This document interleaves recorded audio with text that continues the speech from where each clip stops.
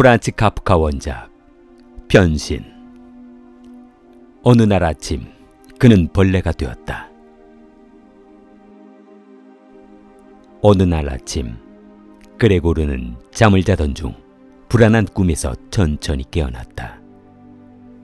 그는 아직 꿈의 잔상이 남아있는 듯 멍한 감각 속에서 눈을 떴지만 곧 자신의 몸이 전혀 다른 형태로 변해 있다는 사실을 깨달았다. 침대 위에 누워있는 것은 분명 자신이었지만 그것은 더 이상 인간의 몸이 아니었다. 단단한 갑각이 등을 덮고 있었고 둥글게 부풀어 오른 배는 숨을 쉴 때마다 어색하게 들썩였으며 여러 갈래의 다리들이 제멋대로 허공을 휘젓고 있었다. 그는 처음에는 이것이 아직 끝나지 않은 악몽이라고 생각했다. 그러나 천장의 균열과 창문 틈으로 스며드는 흐린 아침빛이 너무도 또렷하게 현실임을 증명하고 있었고 그의 심장은 점점 빠르게 뛰기 시작했다. 그레고르는 몸을 옆으로 돌려보려 했다. 하지만 딱딱한 등껍질이 침대 매트리스에 걸리며 움직임을 방해했고 다리들은 서로 엉켜 헛되이 공기를 긁을 뿐이었다. 방 안은 변함없이 익숙한 모습이었다. 벽에는 군복을 입은 자신의 사진이 액자 속에 걸려 있었고 책상 위에는 어젯밤 늦게까지 정리하던 영업 장부와 일정표가 그대로 펼쳐져 있었다. 그는 떠올렸다. 오늘 또 새벽 기차를 타고 지방 도시로 출장을 가야 한다는 사실을. 그리고 지각을 하면 상사가 어떤 얼굴로 자신을 노려볼지를 상상했다. 그의 첫 감정은 공포가 아니라 불안이었다. 자신이 괴물로 변했다는 사실보다 가족을 부양해야 한다는 책임을 다하지 못할지도 모른다는 그런 생각이 더 크게 마음을 짓눌렀다. 그레고르는 수년간 외판원으로 일하며 가족의 생계를 책임져 왔다. 아버지는 사업 실패 이후 집에 머물러 있었고 어머니는 몸이 약했으며 동생 그레테는 아직 음악을 배우는 어린 소녀에 불과했다. 그는 자신이 이 집의 기둥이라는 사실을 누구보다 잘 알고 있었다. 그 사실은 자부심이기도 했지만 동시에 벗어날 수 없는 족쇄처럼 느껴질 때도 있었다. 문 밖에서 조심스러운 목소리가 들려왔다. 그레고르, 일어나야 하지 않니? 라는 어머니의 말은 평소와 다름없는 다정함을 담고 있었지만 오늘만큼은 그에게 멀고 낯설게 들렸다. 그는 대답하려 했다. 그러나 입에서 나온 것은 인간의 언어가 아닌 마른 나뭇잎이 비비는 듯한 기이한 소리였고 그 소리는 문 너머의 침묵을 더욱 두껍게 만들었다. 어머니는 다시 말을 걸었고 이번에는 아버지의 무거운 발걸음이 복도를 울렸다. 문을 두드리는 소리는 점점 거칠어졌고 출근 시간이 이미 지났다는 사실이 공기처럼 압박해왔다. 잠시 후 회사의 지배인이 직접 집으로 찾아왔다는 소식이 들렸다. 그레고르는 가슴 깊은 곳에서 차가운 공포를 느꼈고 자신의 몸이 아닌 직장과 계약 그리고 의무에 대한 먼저 생각하는 자신을 이상하게 여기기 시작했다. 그는 문을 열어야 했다. 설명하고 사과하고 병이 들었다고 말해야 했으며 자신이 여전히 성실한 직원이라는 사실을 증명해야 한다고 믿고 있었다. 침대에서 내려오는 일은 쉽지 않았다. 그는 몸을 세차게 흔들며 몇 번이나 시도했고 마침내 둔탁한 소리와 함께 바닥으로 떨어졌다. 충격이 등껍질을 타고 전해졌다. 그러나 그는 멈추지 않았고 수많은 다리를 허둥지둥 움직이며 문 쪽으로 기어갔다. 문고리를 돌리는 일은 거의 불가능에 가까웠다. 그는 턱과 몸통을 이용해 힘겹게 손잡이를 밀었고 마침내 잠금 장치가 풀리는 소리가 났다. 문이 천천히 열렸다. 그리고 그 순간 가족과 지배인의 시선이 한꺼번에 그를 향했다. 어머니는 비명을 지르며 뒤로 물러섰다. 지배인은 얼굴이 창백해진 채 뒷걸음질을 쳤고 아버지는 굳은 표정으로 그를 노려보았다. 그레고르는 말하고 싶었다. 자신은 여전히 그레고르이며 단지 몸만 이상하게 변했을 뿐이라고 그런 설명을 하고 싶었지만 그의 입에서는 다시금 알아들을 수 없는 이상한 소리만 흘러나왔다. 지배인은 계단을 향해 도망쳤다. 그의 발걸음 소리는 이 집이 더 이상 평범한 공간이 아니라는 사실을 선포하는 듯 울려 퍼졌다. 아버지는 지팡이와 신문지를 들고 그를 몰아세웠다. 그의 눈에는 두려움과 분노가 섞여 있었고 그 감정은 점점 폭력적인 움직임으로 변해갔다. 그레고르는 저항하지 못했다. 그는 밀려나듯 방 안으로 들어갔고 문이 쾅 하고 닫히는 소리와 함께 세상은 다시 좁은 공간으로 축소되었다. 그는 한동안 움직이지 못한 채 바닥에 엎드려 있었다. 방 안의 공기는 무겁게 가라앉아 있었고 창밖의 빛은 점점 희미해지고 있었다. 그날 아침 그는 단지 벌레로 변한 것이 아니었다. 그는 가족과 사회로부터 분리된 존재가 되었고 이해받을 가능성마저 잃어버린 채 새로운 삶의 시작점에 서 있었다. 그리고 그 문 너머에서는 그를 두려워하는 사람들의 숨소리가 여전히 낮게 이어지고 있었다.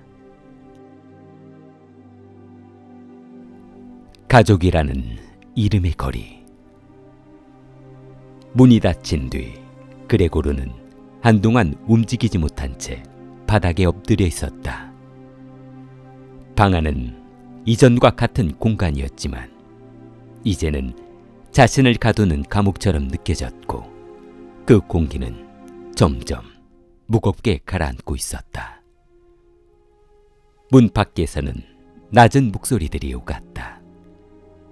어머니는 흐느끼고 있었고 아버지는 짧고 거친 말투로 상황을 정리하려 했으며 그레테의 숨소리는 두려움과 혼란 속에서 흔들리고 있었다. 그레고르는 문 너머의 대화를 이해할 수 있었다. 하지만 그 이해는 점점 자신을 더 고립시키는 도구가 되었고 그는 자신이 여전히 생각하고 있다는 사실이 오히려 고통스럽게 느껴지기 시작했다. 잠시 후 문 아래로 접시 하나가 밀려 들어왔다. 그 위에는 따뜻한 우유와 빵 조각이 놓여 있었고 그것은 어머니가 여전히 아들을 돌보고 있다는 마지막 흔적처럼 보였다. 그는 조심스럽게 다리를 움직여 접시 쪽으로 다가갔다. 그러나 코를 스치는 냄새는 이상하게도 거슬렸고 그가 사랑하던 우유는 이제 견딜 수 없는 불쾌감으로 변해 있었다. 그는 접시를 밀어냈다. 대신 구석에 떨어져 있던 오래된 채소 조각과 상한 음식에 묘한 끌림을 느꼈고 그곳을 탐하는 자신의 모습에 당혹감을 느꼈다. 그 변화는 단순한 식습관의 문제가 아니었다. 그는 점점 인간의 흔적을 잃어가고 있었고 그 사실을 누구보다 분명하게 자각하고 있었다. 다음 날 문이 아주 조금 열렸다. 그 틈 사이로 동생 그레테의 얼굴이 조심스럽게 비쳤고 그녀는 숨을 고르며 방 안을 살폈다. 그녀는 그를 똑바로 바라보지 못했다. 그러나 발걸음은 도망치지 않았고 접시를 치우며 새로운 음식을 조심스럽게 내려놓았다. 그레테는 점점 그의 돌봄을 맡게 되었다. 어머니는 감당하지 못했고 아버지는 의도적으로 방을 외면했으며 이 집에서 그를 직접 마주할 수 있는 사람은 오직 그레테뿐이었다. 어느 날 그레테는 가구를 옮기자고 제안했다. 그가 자유롭게 기어다닐 수 있도록 공간을 넓혀주자는 말이었지만 그 말은 동시에 이 방이 더 이상 인간의 방이 아니라는 선언처럼 들렸다. 어머니는 망설였다. 그녀는 아들이 돌아올 가능성을 완전히 포기하고 싶지 않았고 가구가 그대로 남아있어야 언젠가 원래의 모습으로 돌아올 수 있다고 믿고 있었다. 결국 두 사람은 방 안으로 들어왔다. 그레고르는 침대 밑에 몸을 숨겼고 낯선 긴장 속에서 그들의 움직임을 지켜보았다. 옷장과 책상이 조금씩 밀려나갔다. 그것은 단순한 정리가 아니라 그의 과거를 하나씩 떼어내는 의식처럼 보였고 그 장면은 그를 깊은 불안 속으로 밀어넣었다. 그는 갑자기 벽으로 기어 올라갔다. 벽에 걸린 액자를 붙잡고 놓지 않으려는 그의 움직임은 본능이었고 그것은 자신이 아직 인간이었다는 마지막 증명처럼 느껴졌다. 어머니는 그 모습을 보고 숨이 멎는 듯 굳어버렸다. 이내 그녀의 몸은 힘없이 쓰러졌고 방 안은 공포와 혼란으로 뒤섞였다.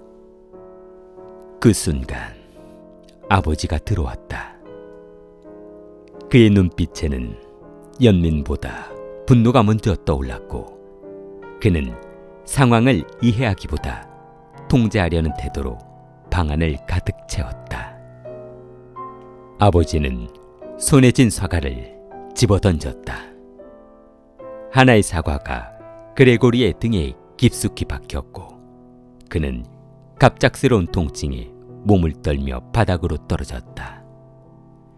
그 상처는 쉽게 아물지 않았다. 사과는 등에 박힌 채 썩어갔고 그 부위는 점점 붉게 부어오르며 그를 약하게 만들었다. 그는 점점 움직임이 둔해졌다. 육체는 무거워졌고 숨은 가빠졌으며 마음속에서는 자신이 이 집의 짐이라는 생각이 뿌리처럼 자리 잡기 시작했다. 가족의 태도도 서서히 달라졌다. 그레테의 방문 횟수는 줄어들었고 음식은 대충 던져지듯 놓여졌으며 방안 청소도 점점 형식적인 수준으로 변해갔다. 집안의 분위기는 차갑게 굳어갔다. 아버지는 다시 일자리를 구했고 어머니도 바느질 일을 시작했으며 그레테는 상점에서 일하게 되었다. 그레고르는 문 너머로 들려오는 대화를 들었다. 그들은 피곤했고 현실에 지쳐 있었으며 그의 존재는 점점 말하지 않아도 되는 문제로 변해가고 있었다. 그리고 어느 날 하숙인 3명이 집으로 들어왔다. 거실은 그들의 공간이 되었고 가족은 더 조심스럽고 조용한 태도로 생활해야 했다. 그레고르는 자신의 방이 점점 창고처럼 변해가는 것을 느꼈다. 쓰레기와 쓸모없는 물건들이 밀려 들어왔고 그는 그 틈 사이에서 조용히 숨을 죽인 채 살아가고 있었다. 그는 점점 잊혀졌다. 그러나 완전히 사라진 것은 아니었고 그의 마음속에는 아직 미세한 감정이 남아 있었다. 그 감정이 다시 깨어나는 날은 예상치 못한 방식으로 다가오게 된다. 조용히 사라지는 존재.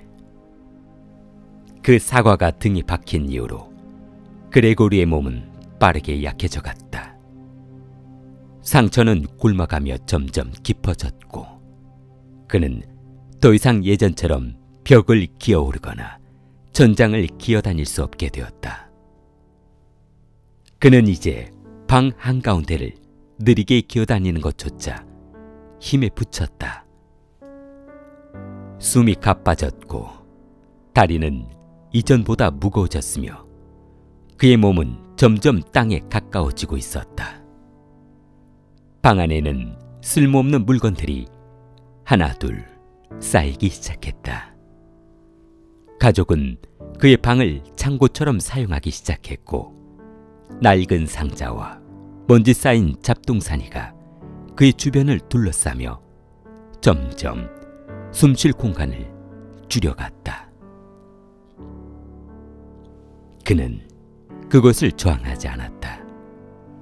오히려 자신이 이 집에서 점점 사물과 같은 존재로 취급받는다는 사실을 받아들이기 시작했고 그 체념은 이상할 만큼 조용했다. 문 밖에서 들려오는 가족의 대화는 이제 점점 현실적이 되었다. 돈에 대한 걱정, 하숙인들에 대한 눈치, 그리고 앞으로의 생활에 대한 계산이 오갔고 그의 이름은 더 이상 대화 속에서 자연스럽게 등장하지 않았다. 아버지는 제복을 입고 출근했다. 어머니는 늦은 밤까지 바느질을 하며 기침을 했고 그레테는 점점 지쳐가는 얼굴로 하루를 버텼다. 그레고르는 그 소리들을 들으며 생각했다. 자신이 이 집의 기둥이었던 시간이 아주 먼 과거처럼 느껴졌고 이제는 그들이 스스로 서 있다는 사실이 묘한 안도와 동시에 깊은 고통을 안겨주고 있었다. 어느 날 저녁 거실에서 바이올린 소리가 울려 퍼졌다. 그레테가 하숙인들 앞에서 연주를 하고 있었고 그 선율은 그레고르의 마음을 오래전 기억 속으로 끌어당겼다. 그 음악은 부드러웠다. 그러나 그 안에는 어딘가 모르게 슬픔이 섞여 있었고 그것은 그의 심장을 다시 인간처럼 뛰게 만들었다. 그는 천천히 문 쪽으로 기어갔다. 방문은 완전히 닫혀있지 않았고 그는 조심스럽게 틈을 넓혀가며 거실의 빛을 바라보았다. 거실은 환하게 밝혀져 있었다. 하숙인들은 무표정한 얼굴로 앉아 있었고 가족은 긴장된 상태로 그들의 반응을 살피고 있었다. 그레테의 손은 떨리고 있었다. 그러나 그녀는 연주를 멈추지 않았고 그 음악은 점점 더 깊은 울림을 만들어내고 있었다. 그레고르는 생각했다. 저 아이는 더 넓은 세상에서 연주해야 한다고. 자신이 벌어온 돈이 그녀의 꿈을 지켜주고 있었다는 사실을 다시 떠올렸다. 그는 더 가까이 다가가고 싶었다. 음악에 감사하다고, 여전히 그녀의 오빠라고 말해주고 싶었으며 그녀의 곁에서 조용히 음악을 듣고 싶었다. 그러나 그의 몸은 이미 인간의 언어를 잃어버린 지 오래였다. 그가 낼 수 있는 것은 거친 숨소리뿐이었고 그 소리는 거실의 평온을 단번에 깨뜨렸다. 하숙인 중 한 명이 그를 발견했다. 그의 얼굴은 혐오로 일그러졌고 의자를 밀치며 자리에서 일어섰다. 그 순간 거실의 공기는 얼어붙었다. 바이올린 소리는 끊겼고 가족의 시선이 일제히 그레고르를 향했다. 아버지는 분노에 찬 눈으로 다가왔다. 그의 움직임은 망설임이 없었고 이번에는 단순한 두려움이 아니라 확실한 결단이 담겨 있었다. 이건 더 이상 견딜 수 없다. 그의 목소리는 낮고 단호했으며 그것은 더 이상 아들을 향한 말이 아니었다. 그레테는 고개를 숙인 채 말했다. 이건 오빠가 아니에요. 우리가 살아남으려면 이 존재를 지워야 해요. 라는 말은 집안의 마지막 청을 잘라내는 선언처럼 울렸다. 그레고르는 그 말을 들었다. 그리고 이상하게도 분노보다 먼저 이해가 밀려왔다. 그는 가족을 원망하지 않았다. 오히려 그들이 얼마나 지쳐 있었는지를 떠올리며 자신이 그 짐의 중심에 서 있었다는 사실을 조용히 인정했다. 그는 천천히 방으로 돌아갔다. 다리는 무거웠고 숨은 가빴으며 몸은 바닥에 가까이 붙어 있었다. 방 안은 어두웠다. 창밖의 가로등 불빛이 희미하게 스며들고 있었고 먼지 낀 물건들이 그림자를 길게 느리고 있었다. 그는 더 이상 움직이지 않았다. 음악의 여운이 아직 마음속에 남아 있었고 그것은 이상할 만큼 따뜻한 감정으로 그를 감싸고 있었다. 그는 생각했다. 자신이 사라지면 가족은 다시 가벼워질 수 있을지도 모른다고. 그리고 그레테 바이올린이 다시 자유롭게 울릴 수 있을지도 모른다고 믿었다. 숨은 점점 얕아졌다. 몸의 통증은 둔해졌고 대신 고요함이 천천히 퍼져나갔다. 이른 새벽 창문 틈으로 옅은 빛이 스며들었다.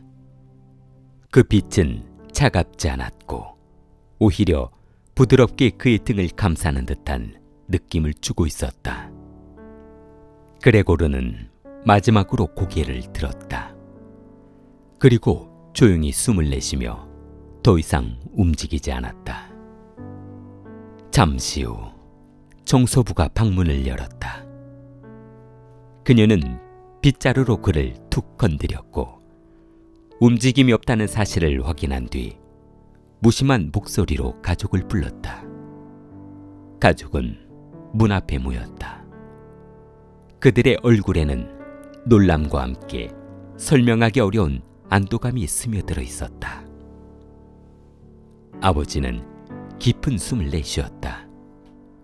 어머니는 의자에 앉아 눈을 감았고 그레테는 창밖을 바라보며 오랫동안 말이 없었다.